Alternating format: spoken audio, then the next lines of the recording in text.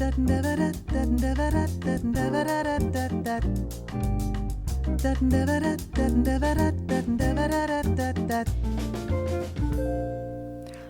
to the ScatAbility How-To Overview, where we will take you through a tour of the entire app and show you how everything works. With ScatAbility, you're going to use a 4-step process. Number 1, listen. Specifically, listen several times closely to the demo singer. Number 2, imitate. That is, sing along with the singer, or in the case of call and response, just repeat what you hear. Number 3, improvise. Use the backing track to freely make up your own improvisation. And number 4, record yourself, then listen back. Now let's take a look at how the app works. After you've downloaded the app from the App Store, open it and click on Practice Packs. Click on Scat Pack 0, then the Songs tab, and you'll see that there are 7 songs in 3 different types of products.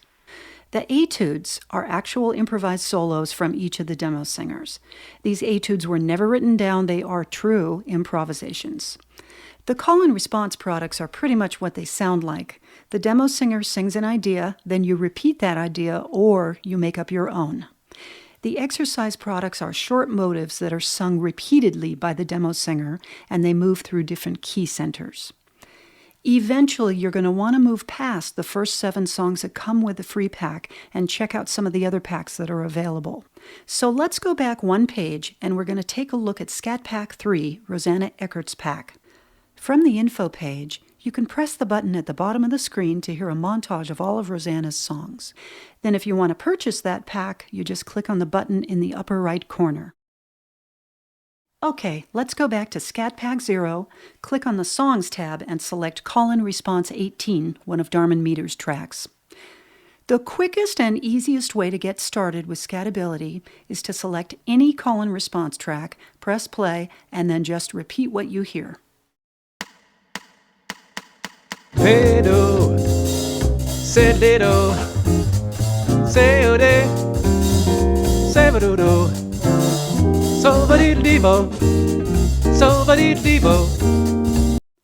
Notice that each info page contains detailed info about each track. The progression, the level of difficulty, 1 through 4, 4 being the most difficult, the style, the tempo, etc. Let's go now to the mixer page and take a look at how the play controls work. At the bottom of your screen, the button in the middle is of course the play and the stop button. Then the one to the far left is the return to 0, and the one next to that is the halfway locator button. This button is super useful if you're working with, say, an etude or an exercise, and you've mastered the first half of it, and now you want to work with the second half of it. All you need to do is press that button and it will locate to the second half of the track without you having to scroll through the track to get there. The button on the right of play is the loop button. This is also a very, very useful button for rehearsing tricky passages or any shorter bits of music repeatedly. Use it by first pressing the loop button, and notice that the left side becomes red. Then press play, and then press the loop button again. That is going to capture a certain little passage of music. Check out the entire looping process. So baby dee ba doo boo ba doo babe. So baby dee ba doo boo ba doo babe. So baby dee ba doo boo ba doo babe. So baby dee ba doo boo ba doo babe. Then to end the looping process, you can just press stop or press the loop button again. Before we look at the record function, let's take a look at some of the other features on the mix page. First, you can mute the vocal by pressing the little speaker icon on the left side, and then you're left with hearing the backing track alone, which allows you to freely improvise over the track. Take a look.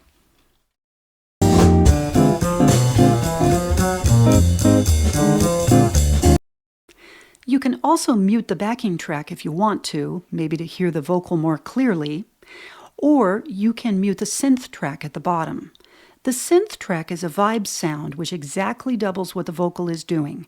You should use this option after you've become familiar with the vocal and for times when you want to experiment with your own syllables and maybe make your own tone, color choices, and stylistic choices. Here's what the synth sounds like.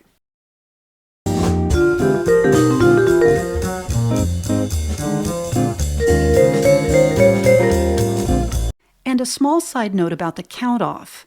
When you work with one track over a period of time, you're eventually not going to need to hear, or maybe just don't want to hear, the count off anymore. This is what the count off sounds like. So to turn off the count off, click the settings icon in the upper right corner of your screen and just toggle the count off on/off switch to off. Now, none of the tracks will play the count off anymore. And while you're here on the settings page, notice there's a restart track option. This allows for you to have the track automatically restart, so if you're improvising to a track, you can have it loop around and around indefinitely. So just toggle that switch to on if you want to use it. And to go back to the track you were working on originally, just press the back button. Okay, let's take a look now at the notation page. Here you're going to see the complete chord progression for the song you're working with, and when the track plays, you can follow along with the green cursor which tracks each measure in real time. Let's look.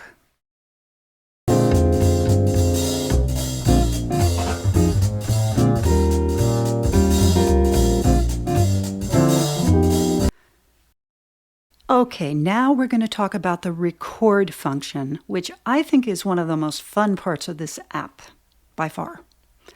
It is super simple to use. Just press the red button in the lower right corner of your screen, and the track will start playing and recording. Then, freely improvise as long as you want, and when you're done, just press the red button again and it will automatically stop.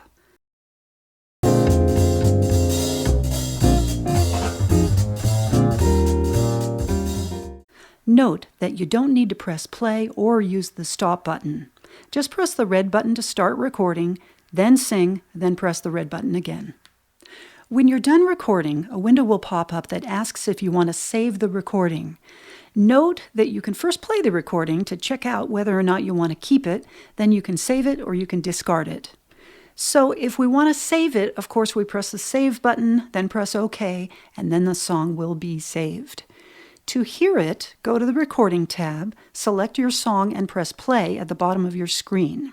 Once you've recorded an improvisation that is a definite keeper, you can export that track to yourself or to anyone by pressing the button in the upper right corner of the screen, plugging in your email address, and then pressing send. There is one really important thing to know about and to do while you're recording with ScatAbility, and that is to get the phone very, very close to your mouth. Specifically, the bottom of the phone where the mic is needs to be no more than about 1 inch away from your mouth. Otherwise, it might not hear your voice loud enough to be heard over the accompaniment. And there is another method of recording with ScatAbility, and that is to use a headset with a microphone like the one that came with your Apple phone. When you record this way, the track is not audible to anybody around you. It can only be heard through the headset. So it's a quieter way to record, and you'll also have the ability to mix both the backing track and the vocal volume levels after recording. Now, let's go back to the home page by using the back buttons, and we are going to go to Settings. You're already familiar with a couple of the settings on this page, the Restart Track and the Count Off On-Off buttons. At the top, you'll also see a choice for external speakers, which are the speakers that are normally used when you play any music from your phone, or ear speaker. The ear speaker is the one you use when you make a call normally and your phone is held up to your ear. Using the ear speaker allows you to be quiet when using ScatAbility, so you could, for example, sit on a crowded bus or even in an airplane and listen to an etude, and no one will know it. At the bottom of the settings page, you'll see a button that says Delete All Recordings. It does exactly what it says. It will delete all of the recordings on ScatAbility. So be careful. If there's anything that you're sure you want to save, be sure to export it before pressing this button. And finally, let's navigate to the information page. On this page, there's a lot of info about the app, and I strongly suggest you read through all the pages at least once. There are a few areas of the info page I want to call your attention to. First of all, the How to Use area. This gives you an overview and a step-by-step, in detail, of all the things you need to know about using ScatAbility. And the classroom use area is very useful if you're teaching school or you do workshops or you work with groups of people in any kind of way. There are ideas, activities, information about getting the audio set up for use with a group, games, and so on. The glossary is a super useful reference tool. You might want to keep it on hand often. It contains loads and loads of terms and their definitions. And then the contact support allows you to quickly and easily write in for tech help if you're having any kind of issue with the app. And if you think ScatAbility is super cool and you would love to give it a fantastic rating, that would be much appreciated. Thank you. You can do it easily by clicking Rate This App at the bottom of the page. And that was the ScatAbility overview, everything you ever wanted or needed to know about ScatAbility.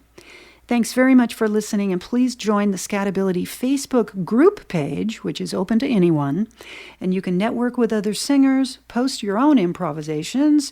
You can ask a question about improvisation or fly fishing or whatever you like. Also visit the info page at MichMusic.com, where you can read articles and get other info about jazz, scat singing, arranging, jazz piano, and more. Thanks again. Happy scatting to you.